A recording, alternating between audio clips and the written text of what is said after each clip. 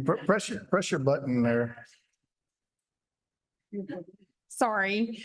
I just want to say, Who are you? my name is Rebecca Anglin and I'm the Greene County Election Supervisor. Every county is currently doing this a little bit differently.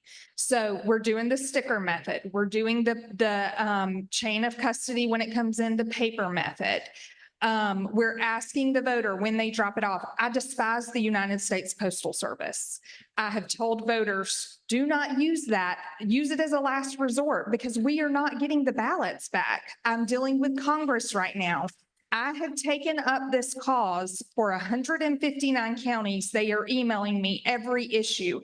We are rejecting ballots from both sides of the fence by handfuls every single election that should have been counted, that the voter did their due diligence, but we are having to reject them because we're receiving them late and after the deadline. The Postal Service is failing us. That's so weird. So what I would love to see, I encourage people to hand us their ballots because we are able to review them when they hand them to us. Make sure that their name, their date of birth, their signature, their driver's license number is on there. Otherwise, we're having to go through this cure process that takes days, sometimes even weeks to complete, especially because under the law, we're having to mail them a letter for the cure process. We're having to wait for them to get the letter. Many of them don't receive the letter in the mail or they receive it after the fact. Then they don't have the time to cure their ballot and get it back to us.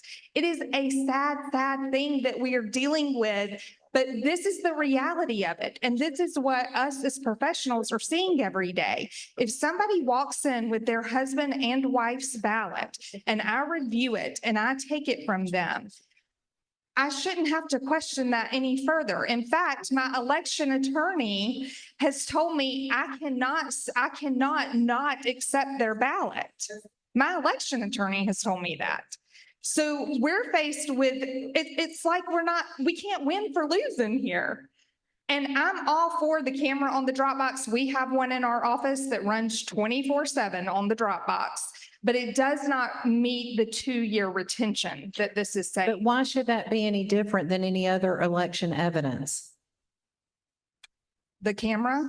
Why should the camera imaging Because be any different than any scrap of paper that becomes evidence as part of an election? It's my understanding, I will tell you, nobody uses our Dropbox.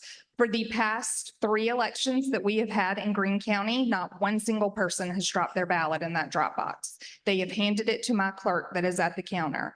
That is all under video surveillance, and we do a 2-month retention in Greene County. It's my understanding from an IT perspective, the more you retain, the higher the cost gets for the county. Now, I don't have cost analysis on that at all, but that is my understanding.